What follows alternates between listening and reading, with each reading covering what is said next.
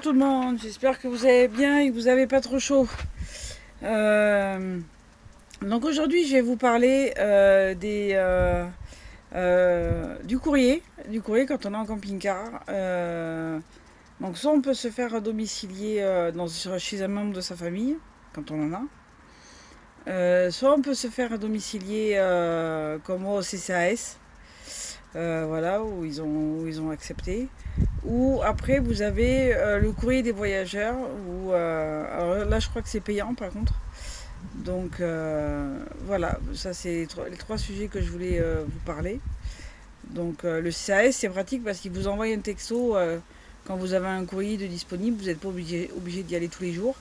Et du coup moi j'y vais quand je reçois le texto, que j'ai du courrier qui m'attend, voilà, j'y vais, mais sinon j'y vais pas tous les jours, donc ça c'est pratique.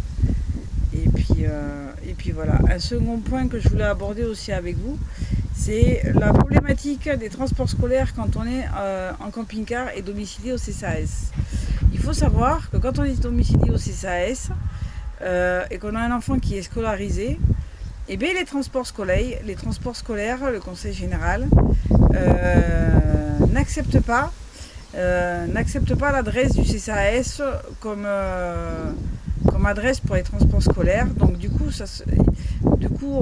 se retrouve que mon fils ne peut pas prendre l'écart, ne peut pas prendre les transports scolaires, parce que pour les transports scolaires, ce n'est pas considéré comme une adresse, le CCAS. Donc du coup, cela m'empêche qu'ils prennent le bus, voilà, comme un grand.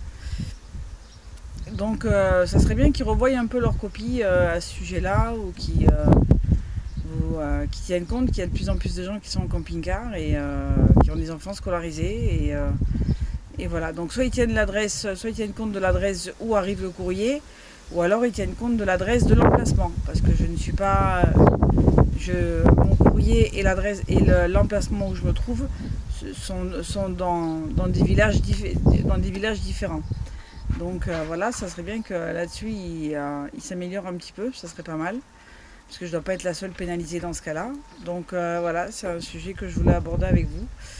Dites-moi ce que vous en pensez, si vous avez rencontré d'autres problématiques à ce sujet-là, au niveau des enfants qui sont scolarisés. Donc du coup, je me retrouve à faire toutes les navettes, à l'amener le matin, aller le chercher le soir. Pour les stages aussi, pareil, voilà, parce qu'il ne peut pas prendre le bus, étant donné que je suis domiciliée au CCAS.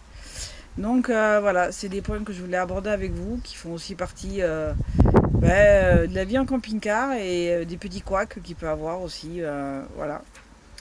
Donc, bon, mais prenez soin de vous et puis à bientôt, ciao ciao.